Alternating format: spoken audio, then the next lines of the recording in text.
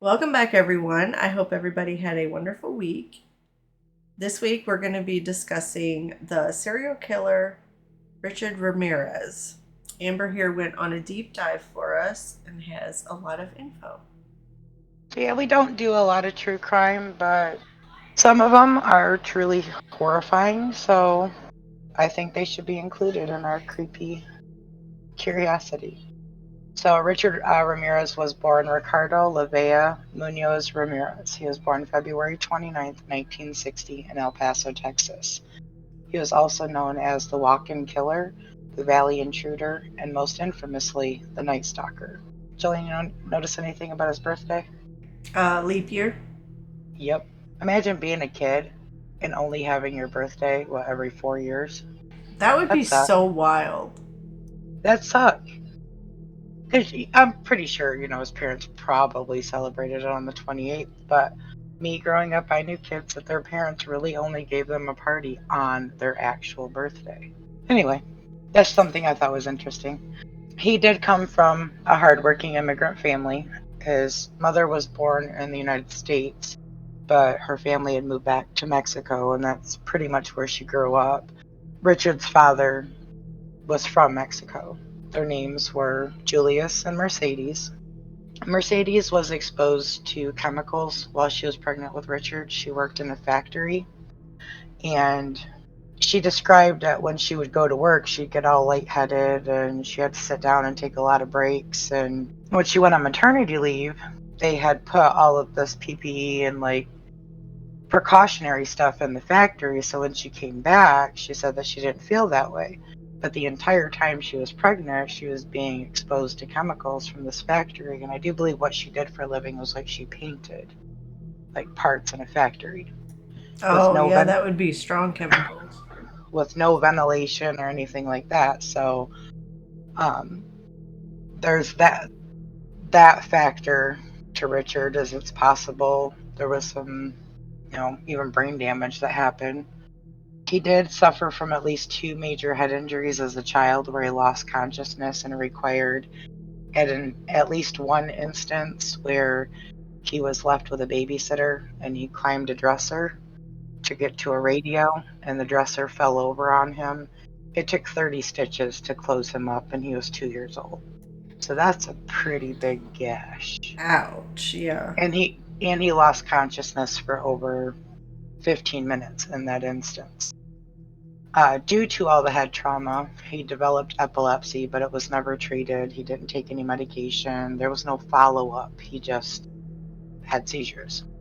His father, Julian, as he was growing up, he would rage and self harm, and he would do it in front of the entire family. So if he couldn't fix the sink, he would do things like hit himself in the head with a hammer or slam his head into a wall, or extreme reactions, Jesus. extremely violent to himself. And as Richard's older brother became more and more involved with the wrong side of the law, when Julian found out he was committing crimes and burglarizing people, he would beat him quite severely in front of the family.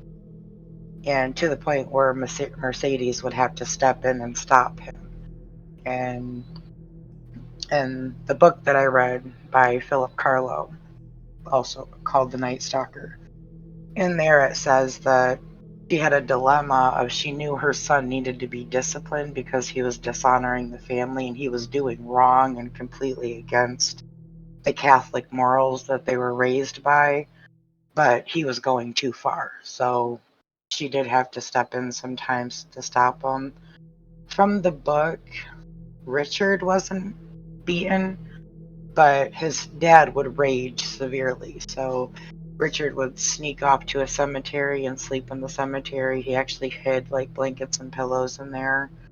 Now, in the Netflix documentary, they said that Richard's dad tied him in the cemetery and left him there. That's not in the Carlo book, and I don't know where that came from. That could have been from an interview from family or something. But in the Carlo book, which is taken from interviews with Richard, that's not mentioned. So I don't know how true that is. But Richard did sleep in a cemetery. he would sneak his girlfriend when he was a teenager to the cemetery, and they'd mess around in there. His older brother did teach him how to be a thief, along with his cousin Mike. His cousin Mike's real name was Miguel, but he went by Mike. Mike was a Vietnam soldier that came home and would show Richard what he did when he was in Vietnam, which was rape, torture, dismember Vietnamese women. And he had this documented in Polaroid pictures that he also shared with Richard.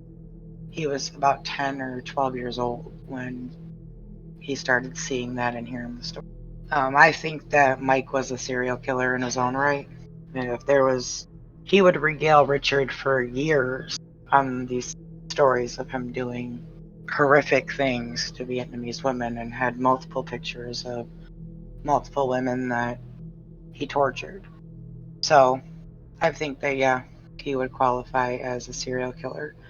One day Richard was over there hanging out with Mike and Mike's kids, or Mike's wife came home. She was carrying groceries. They started getting into an argument, and she said, pretty much daring him to shoot her, being Mike. So he did, right in the head in front of Richard and their two kids. Holy shit. Richard never told anybody that he was there. I mean, obviously, in time, people found out. But Mike went off to a psychiatric facility. He was found not guilty by reason of insanity. And while Mike was off getting better, so to speak, Richard would spend time with his brother-in-law, which taught him how to be a peeping Tom. So at this point, as a teenager, he has burglary skills. He has peeping Tom skills, where he's learning how to watch people without being noticed.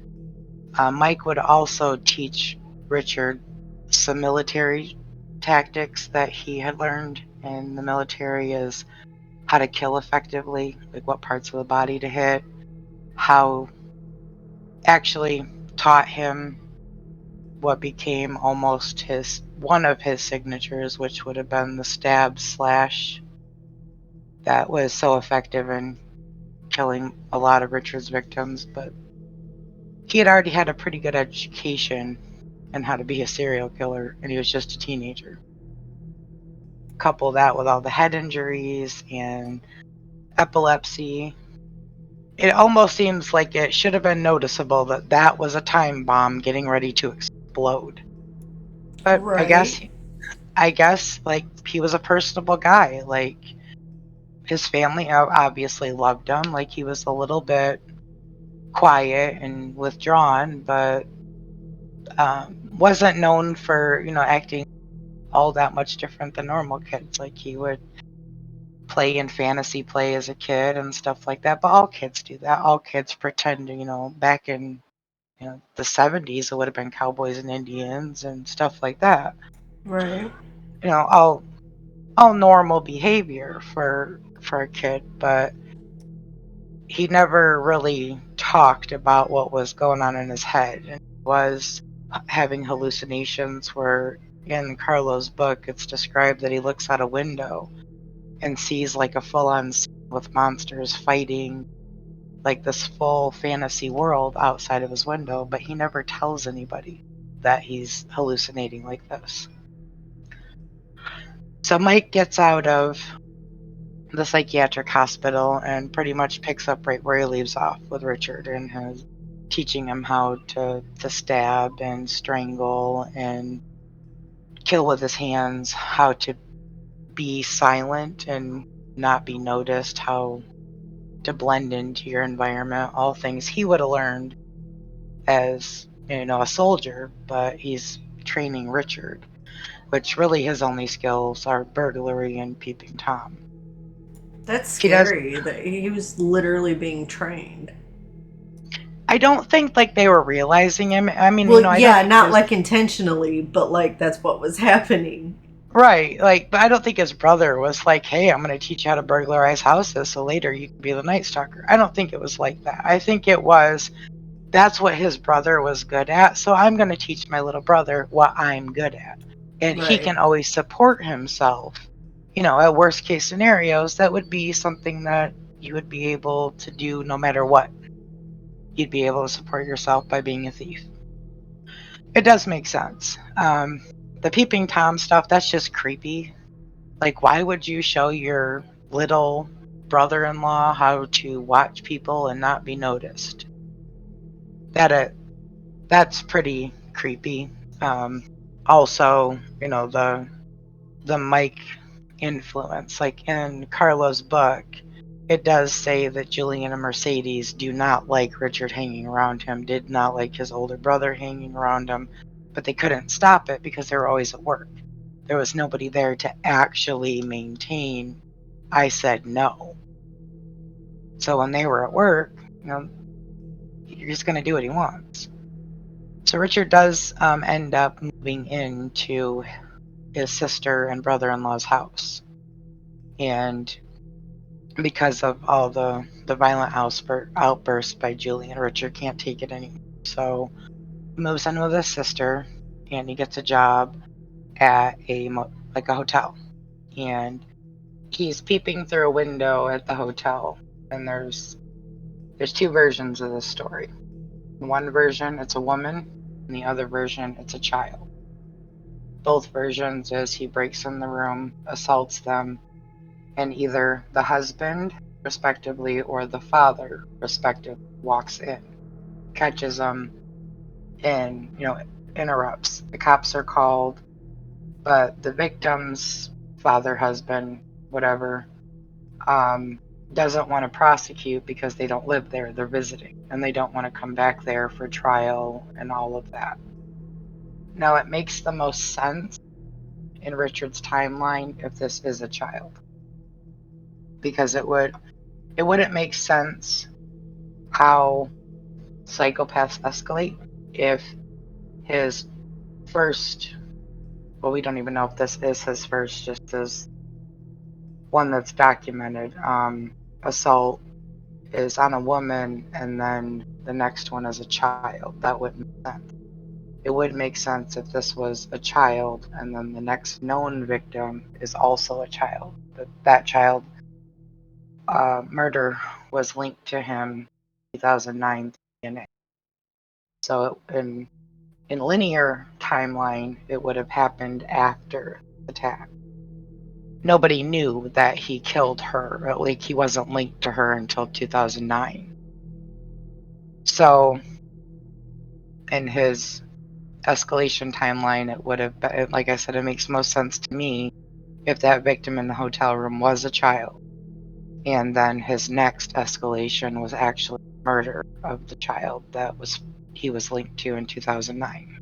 Richard goes from working in the hotel, and that drama, I guess, happened. At age 18, he moves to LA kind of on a whim, where he just, fuck it, gets on a bus and goes. So the first linked Night Stalker crime happens on June 28th, 1984. Was his first murder in LA. Jenny Vincow was 79. She was found murdered in her Los Angeles apartment, nearly decapitated.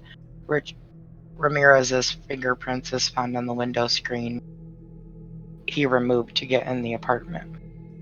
So it's a little weird that his first victim was a 9-year-old child that he raped and murdered. The first one in LA was a 79-year-old. Yeah, that's a big jump in age. So on March 17th, 1985, he attacks Maria Hernandez outside of in Rosemead. He shoots her in the face, but she survives after she pulls her hand up and her keys are in her hand, and the bullet ricochets off of her keys. Her roommate, Dale Yoshi Azaki, is found fatally shot in the head by Ramirez. An hour later, Ramirez goes to Monterey Park, where he shoots Veronica Yu twice after pulling her out of her car. The media starts calling Ramirez the walk-in killer and the Valley intruder. Another media outlet dubs him the Night Stalker. On March 27th, 1985, Richard enters a Whittier, California home he had previously burglarized. He fatally shoots Vincent Zazaria, age 64, in the head while he's asleep. His wife Maxine, 44, wakes up from hearing her husband shot. Ramirez beats her, searches a room for valuables, and then Maxine unties her binds and gets a shotgun from out underneath the bed that her husband keeps there. Well, she aims, goes to take fire, and hears click. It's not loaded. So Richard shoots her 3 times, stabs her, and gouges out her eyes, puts them in a jewelry box, and leaves. He Holy shit. He leaves a footprint in the flower bed, and this is where the Avia footprint comes in. The footprint is also linked at multiple burglaries in LA and surrounding areas, and there's also fingerprints at the burglaries. So the detectives already have the Avia footprint with these fingerprints linked. That's a burglary. They're also finding it now at murder scenes, and some pretty horrific murder scenes. May 14th, 1985, he attacks the Doy family. He breaks into Bill and Lillian Doy's home in Monterey Park. He shoots Doy in the face, beats him unconscious, and then blinds Lillian and searches their home for valuables, and also rapes her.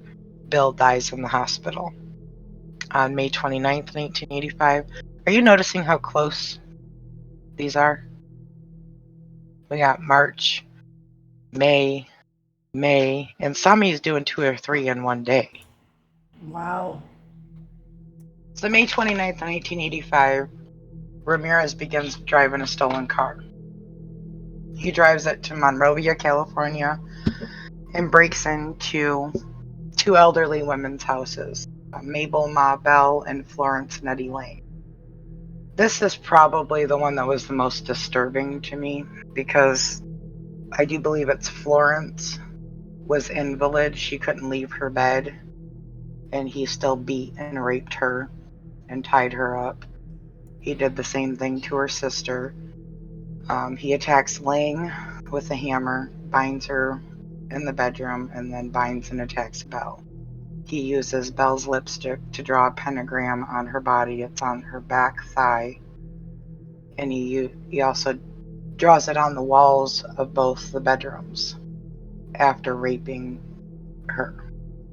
The women were found 2 days later alive, but Belle eventually died due to her injuries. Something that was really disturbing to me about this one in particular is he takes the time to have a snack. He eats an orange and a banana, have some nice little can of Mountain Dew after he rapes and beats 2 elderly women. I mean, these ladies were in their late 70s, possibly 80s. Wow. That one, it's hard to look at the crime scene photos. It's hard to look at the evidence on that one, because reality starts to set in a little bit about just how brutal he was. On May 30th, 1985, he drives the stolen car to Burbank and breaks into Carol Kyle's home. He binds Kyle and her son 11 and has the son point out where the valuables. He rapes Kyle and binds the son to her. In some reports, he also sexually assaults the child.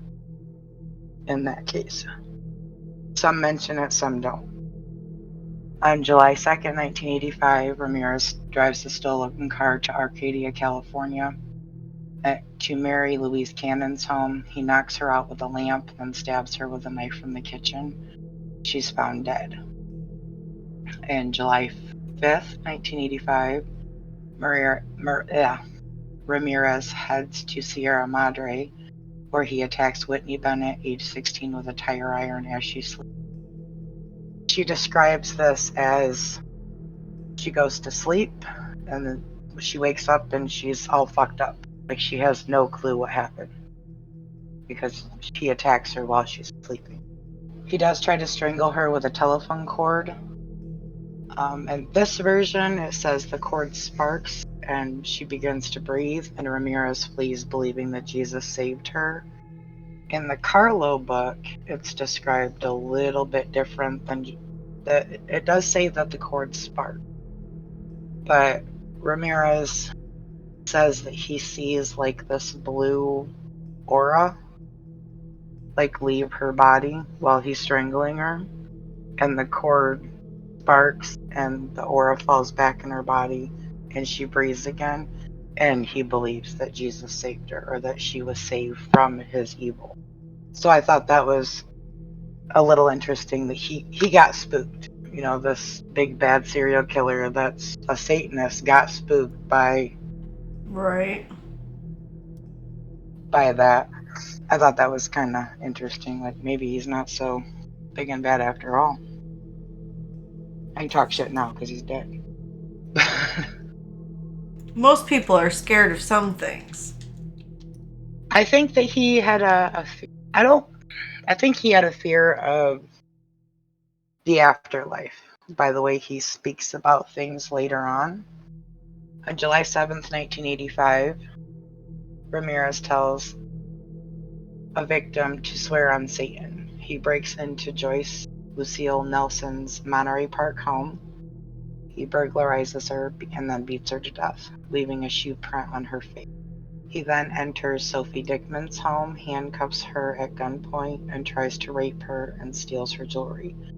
He tells her to swear on Satan that he stole everything of value in her home. Now, with Sophie Dickman, I think that a reason that he didn't kill her is she was a psychiatric nurse. So she would have recognized instantly that he's a psychopath.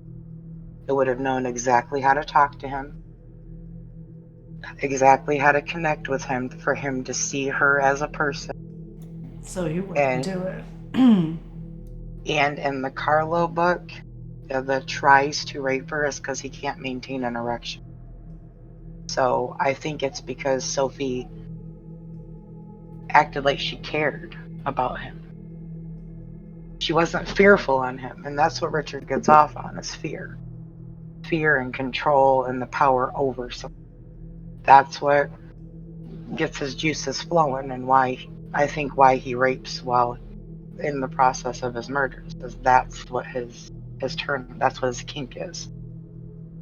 She didn't give him that, but he's seen her as a person, so he couldn't kill her. She's not just this thing, this object right now.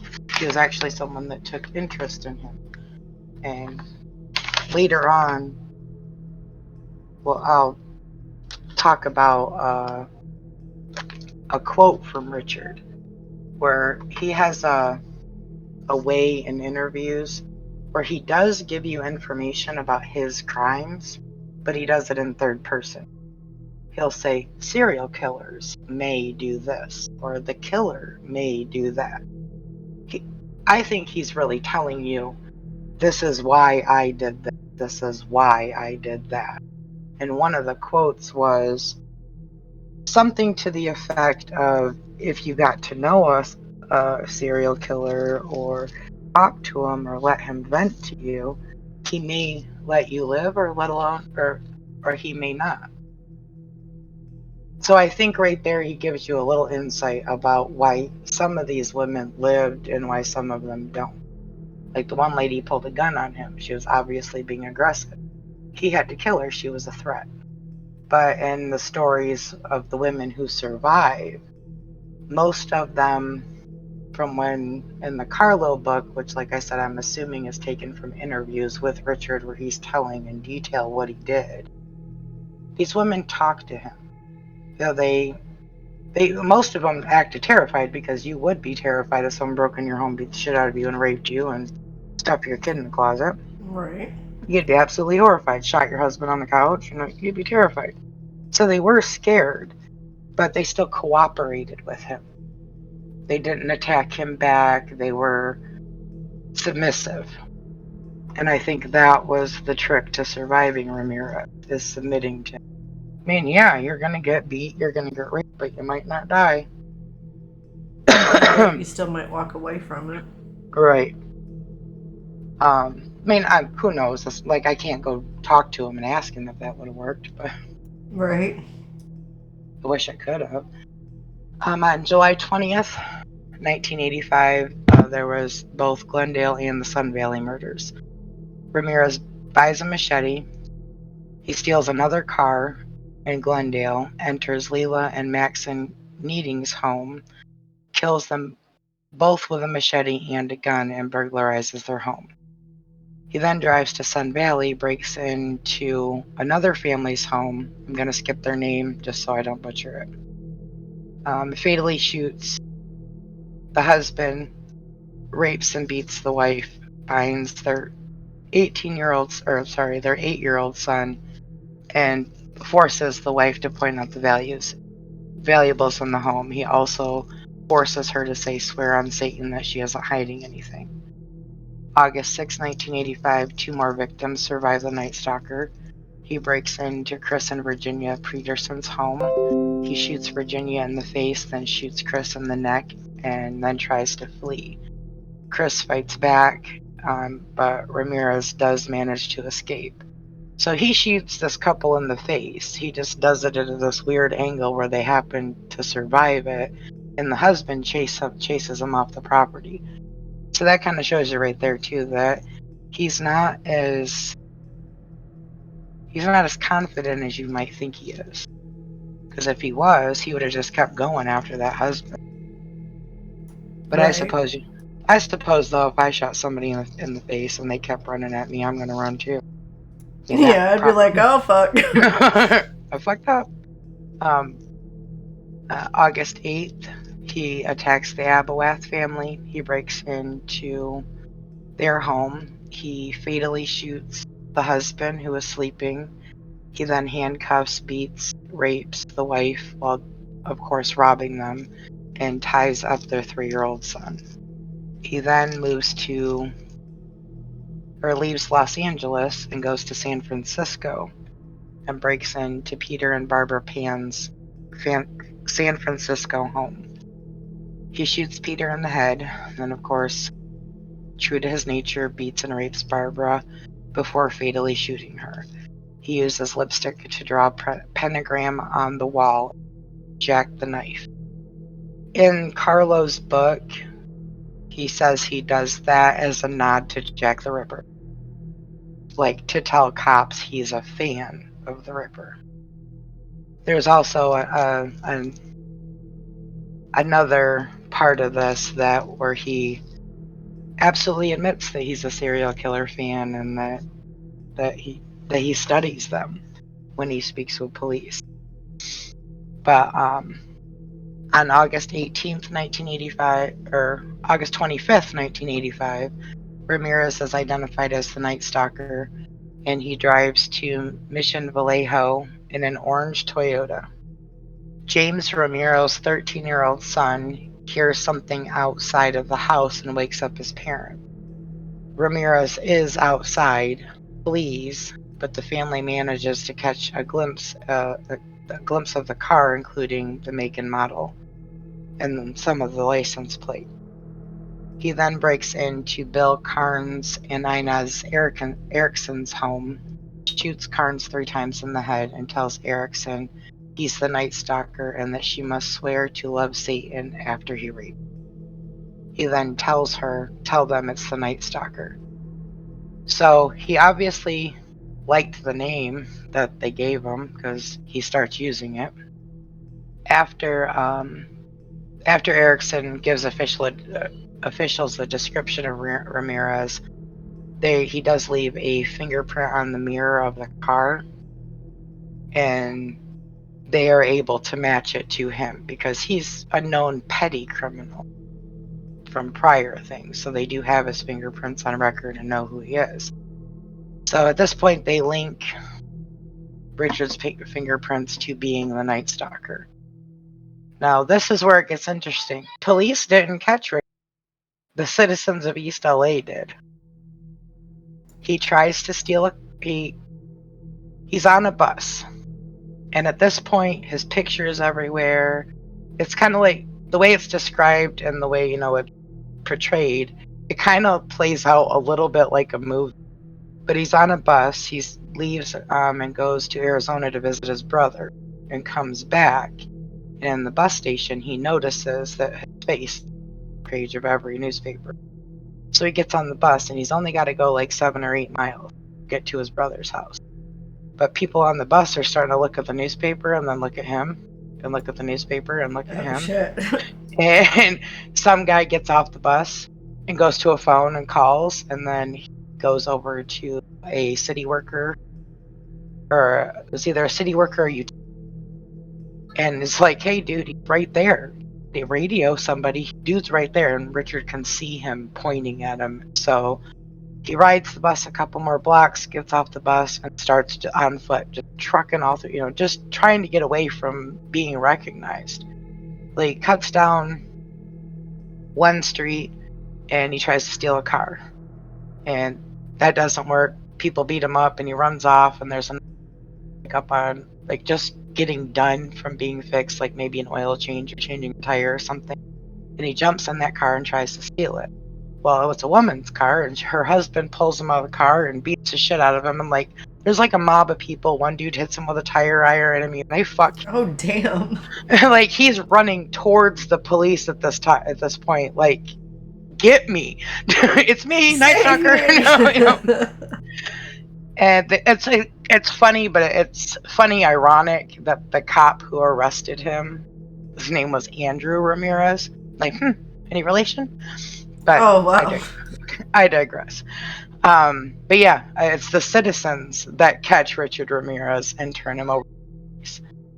So he's all bandaged and fucked up because, like I said, the one dude whacked him with a tire iron. He's bleeding all over. So that's why you see pictures of him with his head all wrapped up in the back of a police car, is because that's probably the arrest picture of when they first captured him. So then he goes to jail. And not that this is the part where people may start to disagree with me. I understand this man is the very definite evil and should never ever walk the streets. But if we're gonna catch him and put him in a cage or kill him, we better make sure that we are hitting every constitutional right that he has. I don't think that they did. I think that there was a lot of procedural errors and a lot of mistakes during his trial. The first thing that I did not agree with that they allowed in as evidence was the lineup. One of the officers was holding up a 2 to where the victims could see Ramirez's number was 2. I mean, I'm pretty sure the victims didn't need the officer to tell them which one was the one that attacked them, but that's suspicious to me.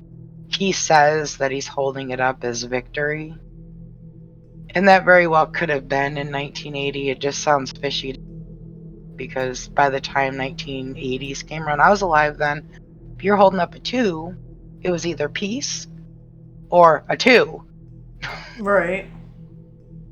And I don't think peace makes any sense in this situation. So yeah, I think that should have been disallowed. I don't think that should have been put in as evidence against him, but it was. His first court appearance was July 22nd, 1988. His first court appearance, he draws a pentagram on his hand and yells. So August 14th, 1988, trial is delayed. The reason his trial is delayed is juror Phyllis Singletary is found shot and killed in her apartment.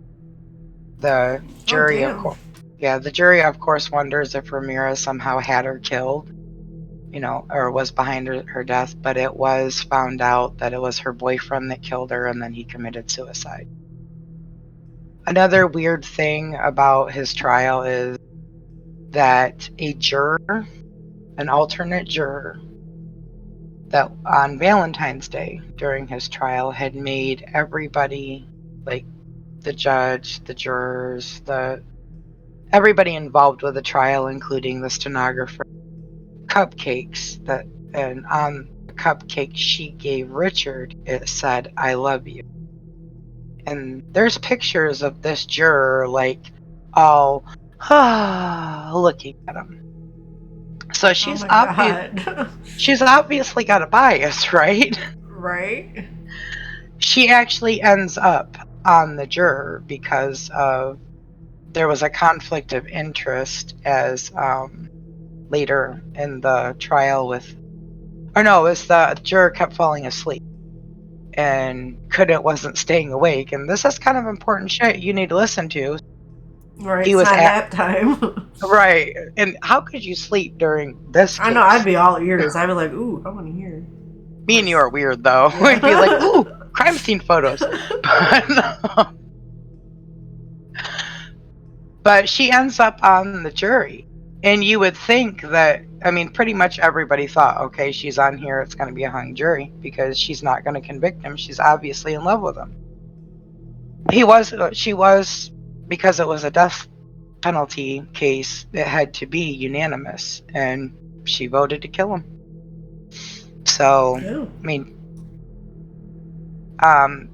another weird thing about this trial is this motherfucker had groupies like he was a Rolling Stone or, let's see, the 80s. Let's see who would have been popular then. He was every bit as popular as like Steven Tyler or Vince Neil and Motley Crue.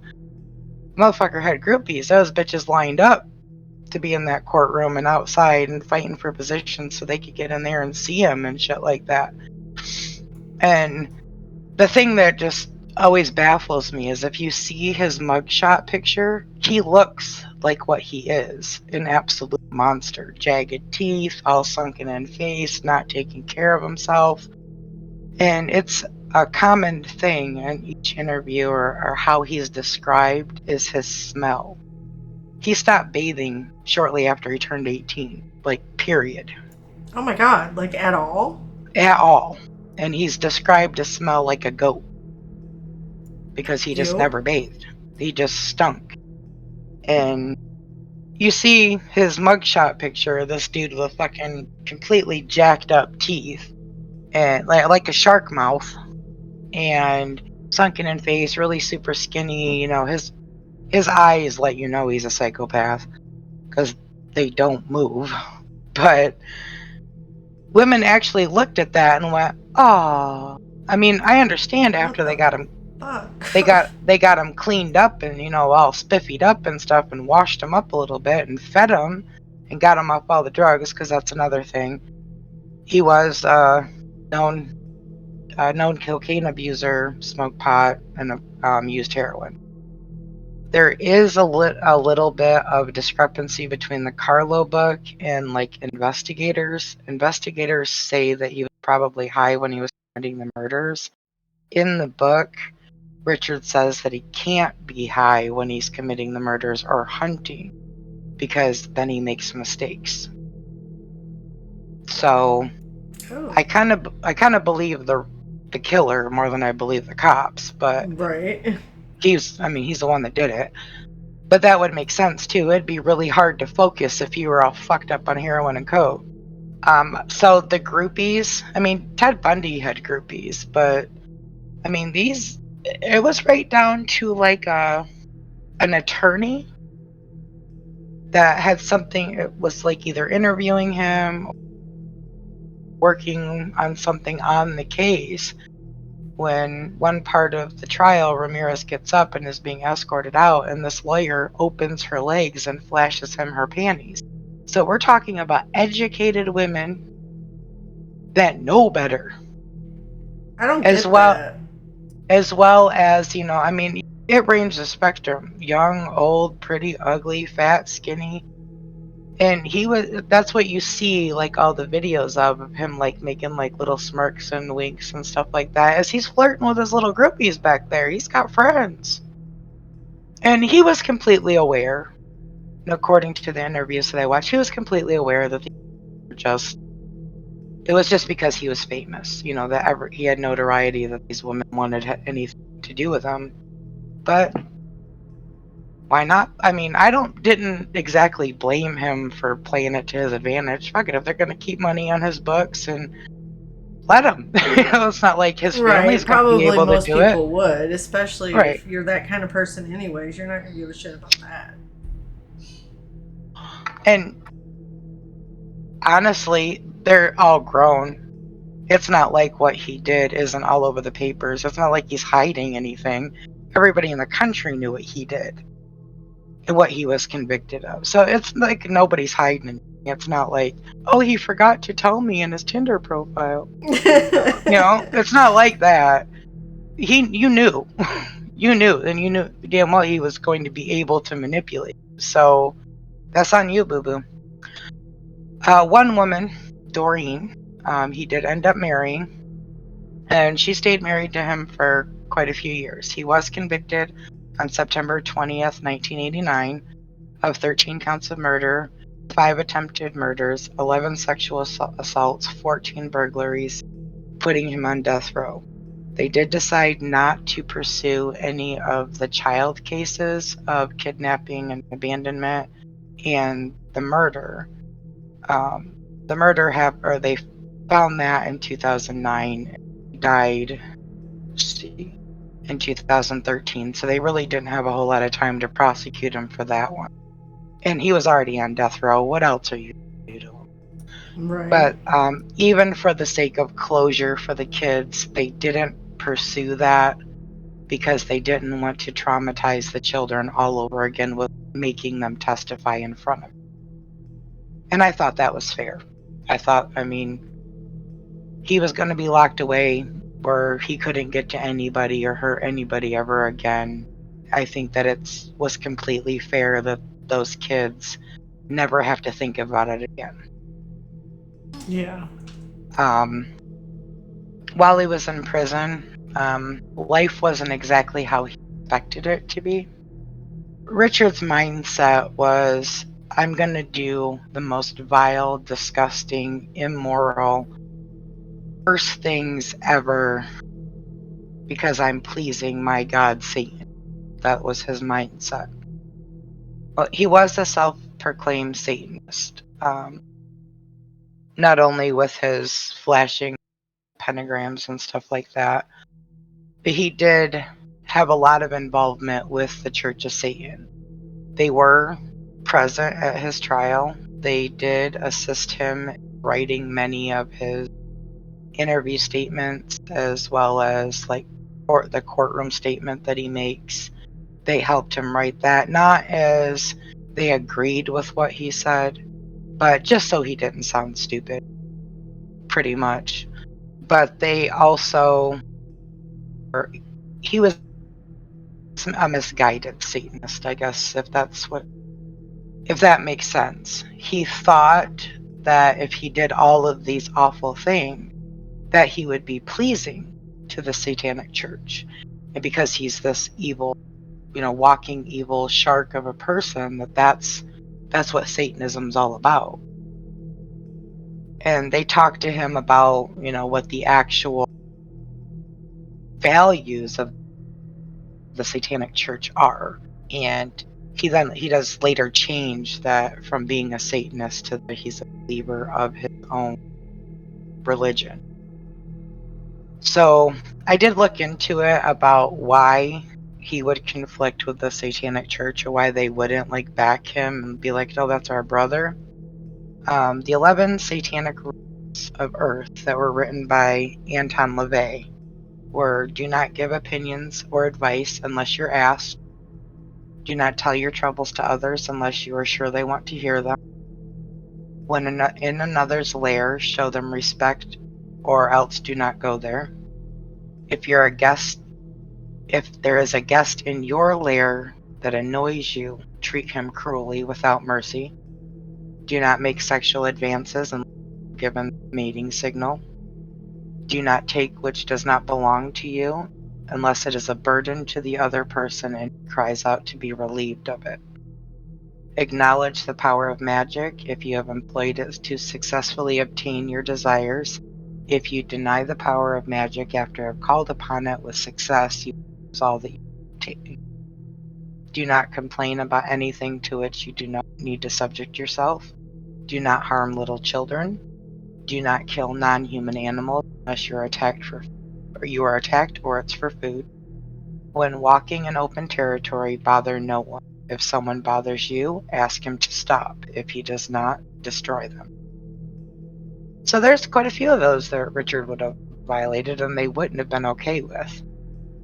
A couple of things is when, and I'm assuming they were explaining to him that how misguided he is, the way that they actually follow.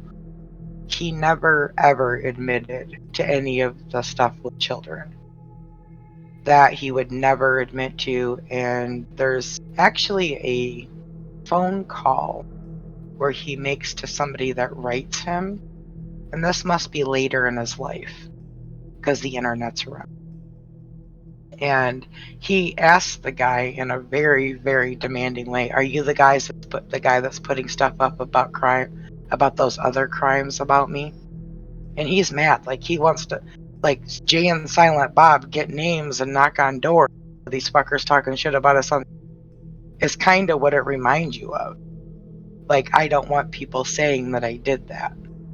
He did tell a detective in regards to the children crime that he would admit to it if there was a way that he could explain it to his mother. Since he couldn't explain it to his mom, he wasn't. I find that a little interesting because they're not to have guilt, and that would imply that he felt guilt over what he had done to children.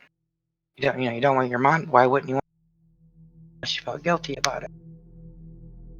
He only showed remorse over 2 victims. One was Whitney, the 16-year-old. He did ask one of the detectives to tell her he was sorry. And he was also concerned about, during one of the child abductions, a puppy had gotten out of the door, and he always wondered what happened to the puppy. Not what happened to the child he abandoned, but what happened to the puppy that got out of the house. Also have to think the time he was committing these crimes. This was also during Satanic Panic. So he was fueling right into the public's fear of the whole child sacrifices and abuse going on that way. So in a lot of ways, he probably fueled that fire. Like, because that's what that was all about. Satanic rituals, kids being molested, kids being tortured. It's almost like somebody just ripped a page out of his playbook and was like, here. There was a link to, or at least AC/DC got linked to the Night Stalker. He had mentioned that the song Night Prowler was a inspiration to him in a little some ways, and also he had left an AC/DC hat at one of the victims' homes as evidence. The band claims to have no ties to him. They find it disgusting that their song and their name is even attached to this guy. So the Satanic Church offers to write a book. Now, what I've gathered from like all of the interviews is he was like throwing out feelers. Does somebody write a book for me and make some money off of it and give it to my family? And he'd asked the members of the Satanic Church to do it, and they had he'd given them hours and hours of interviews, but he wanted an astronomical price. And he wanted it to go to his parents, and they're like, it's a book. It's not like it's gonna make a whole lot of money. We can't promise that to your parents. No. So he just, as soon as they said no, he distanced himself from them. And I believe that's where Philip Carlo comes in. Now, in one of the phone calls that I sent you, the one where he's like all asking very dramatically about who's telling those things on the internet, he also he says that Carlo's a punk or something like that. So there's something about Carlo's book he doesn't like. And he does ask in a recording that he wasn't all the way aware of that he was being recorded. He does say to him, "You're not going to make me look bad, are you? Like, really, you're worried about looking bad? Do you realize what you did?" Right. Now you're worried about that? But back to the women, and while he's in prison, there's a couple interviews about people that are also on death row that knew him, or at least knew him in passing, telling what his prison life was like. And his prison life wasn't easy. Serial killers are pretty much on par with pedophiles in prison. They're human hunters, so it makes sense that convicts who are there's like the guy explains, there's convicts and there's inmates. Convicts are guys who are criminal for pay. They commit crimes as an income. This is their way of life and how they know how to make money. They also know that there is a certain structure in prison, there is a culture. An inmate doesn't know that culture. So they do things that step on toes and they're not even aware of it. They get consequences for stepping. That's the kind of the reason why when it comes to serial killers, they can't put them in with general population, or you get what happened with Jeffrey Dahmer. That's what happened. They are targeted just like pedophiles. They are, because they go in there thinking that they're going to be worshipped. Richard Ramirez walked in there thinking that he was the most evil guy ever, and walked into 500 other motherfuckers just as bad as he is. So there's that. They're like brought down a few notches, and also some of them, they get hurt because they don't know how things work. Like, they don't know that you don't take the candy bar that's left on the end of your bed. That means that you owe somebody something. That's the difference between being an inmate and a convict, is knowing that rule. So Richard was an inmate. He wasn't very well versed in the way prison worked. And the interview that I watched, now you've got to take into what this man says with a grain of salt, because again, he's a convict. He's not exactly on the up and up. And he's got to have something in it for him. He's obviously being paid for this interview, or he's not going to do it. So he says that Richard Ramirez and one of the toolbox killers were like BFFs, trading like dirty pictures that girls send to him. And because of discovery, he's allowed to have his crime scene photos, which he had pasted up all over his cell, which I don't really believe. I don't believe that they were up on the walls, because I have some criminal justice background. That is what I went to school for. And from what I know, they are allowed to have pictures and things like that, but they have to stay in like binders, not put up on the walls for everybody to see. So I thought that was a little bullshit. Like, maybe he does have books and books and books of graphic photos of what he did or what girls are acting out for him, but I highly doubt they were pasted up all over the walls.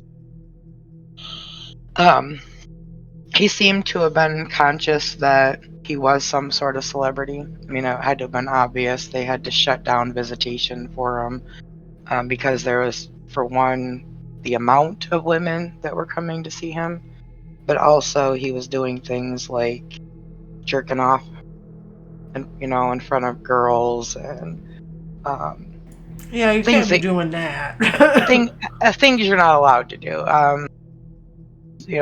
Just being outlandish. I get stuck on the women so much, and especially the fact that his wife Doreen was an intelligent woman. I worked for she was an editor for a magazine, and she said that she just seen him and just pretty much like fell, and that she believed him wholeheartedly.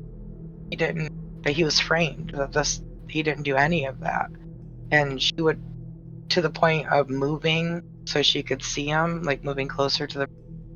him, completely uprooted her life, her job, everything, and stayed pretty loyal to him until that DNA link in 2009 came out that linked him to the little girl, and then she had nothing to do with it. So I think that may have woken her up that, that's there in black and white. It can only be him that did this, and if he did that, that means he's capable of doing all the other ones. He didn't die, in the gas chamber.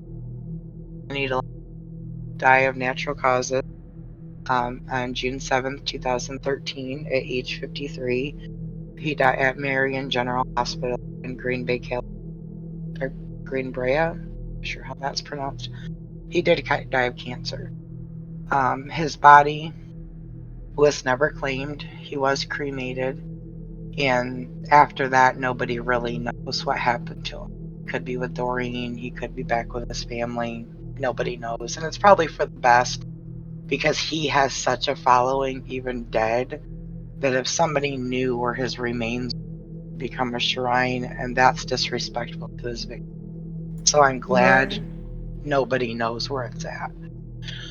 Still, he still has like a ton of a female following. You can find on YouTube a ton of videos, obviously made by women, just adoring this guy. And the thing I want to type on every one of their comment sections is, do you realize this guy's dick didn't get hard unless he stuck a knife in you?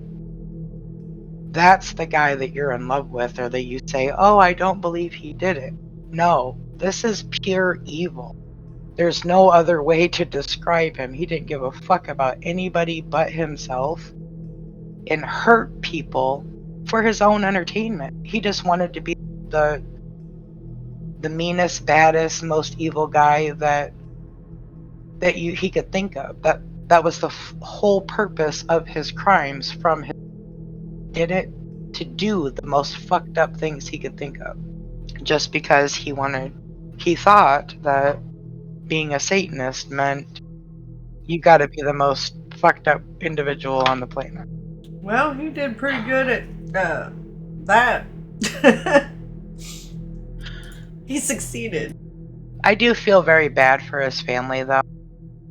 He came to America literally looking and living out the American dream, and a father that just wanted the best for his sons and daughter, and his youngest son becomes famous, but for all the wrong reasons. His poor father did perjure himself and try to give him an alibi, and nobody held that against him. Like, of course you would. Why wouldn't you? You realize that if your son is convicted, he's going to die for what he did. And that's your baby. You're not ever going to want to believe that he's really capable of that, because all parents would be like, what did I do? Like, oh my God, this is my fault.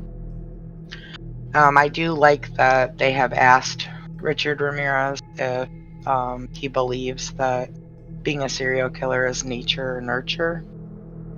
And his answer, I think, was pretty profound. He said that I think it's up to the individual, like myself. You can have all of these, you can be poor, you can be abused, you can have all these factors, but at the end of the day, it's up to you whether or not you're going to do that. And don't get me wrong, he's not like some great thinking mind or anything like that, but you've got to think, he spent many years locked up on death row doing nothing but reading. He had to start forming some philosophy about why he was. Right. I mean, you would think, anyways. Right. I mean, he was reasonably intelligent. I've gotten away with so many murders for so long. He had to be a little bit smart. Like, he had to know when it was actually leaked that the police had connected that Avis shoe. Yeah, he had enough sense to chuck them fuckers off the San Francisco Bridge and get some new shoes. And not keep wearing the same damn shoes. They never did find the shoes, and I don't believe that they found that victim's eyes, the one that he removed and put in a jewelry box. I'm not sure. I'm pretty sure they didn't find them. At least I've never heard they found them. I know that they questioned his family about it because he would send jewelry back home. Something that I did think of, it was almost like he realized that he had a way to make money, not only, scamming girls and their letters and them keep money on his books, but also he would just doodle. They're like just crappy little doodles like you would on a desk or something. And he was sending them to people to have them sell them for him so he could give money to his parents. So I almost see that as that's his way of saying I'm sorry, but only to his parents, not to his victims. That he did have remorse for what he did to his parents. I will send you all of the visual stuff. I think I've already sent you all the audio clips that I found on him. But I will send you also the visual ones where it does show his art sold that you can probably still find on the internet with collectors for sale. I do hope the proceeds do go to his family, the victim's family, because that would be appropriate, and Yeah. not lining someone's bank account. He hurt everybody. I mean, he hurt his family. He hurt. Honestly, who knows how many victims? Because if you look at his timeline, there's a very long period between the first known one and then the second one. There's like almost a year. I highly doubt, as active as a killer he was, that he was inactive for a whole year. I think there's probably more murders out there that he did that just weren't linked to him. Yeah, probably just some secret ones he never Like told anybody about. it took him until 2000 to link that little girl that he killed and raped to him. So I'm pretty sure there's probably a lot more. Netflix show. San Francisco officer does say that he did kind of sarcastically be like, "Hey, I bet you'd like to know what happened to that old lady in some street." And the cop perked up. He was like, "Yeah, that was me." He would like tease cops with things like that. But I don't think that he was bullshit. I think there was a lot, because he killed a lot of people in relatively a short period of time. It was pretty much a year that he killed 13 people. He had 13 Yeah, that's children. a lot. He killed 13. That's more than one a month. He killed 13, or he had 13 victims for that. And they were, not all of them were murdered. Most of them were abducted, assaulted, and then abandoned, thankfully. But there was the one child that they do know that he did kill. I think that as technology advances and the more things get dug up, excuse the pun, that we'll find out that Ramirez probably had a much bigger body count than 13.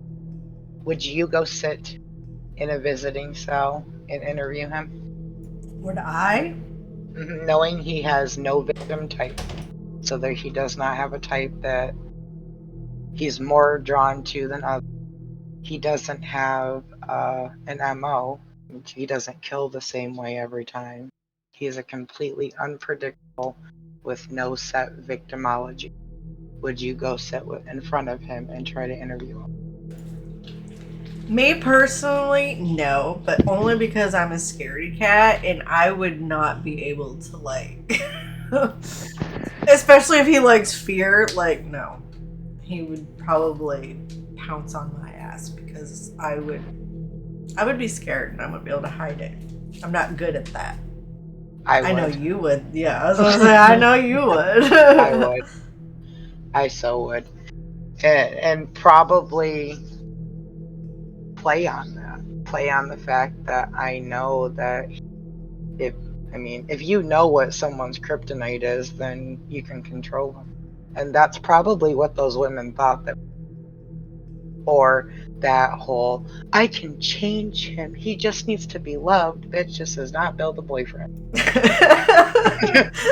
Build a boyfriend. But I guess there is some psychology to women that go after, not just high profile, men in general. It's a dangerous man. So have that, you know, he'll protect you, which is part of a female attraction. And you do know that they're capable of protecting you.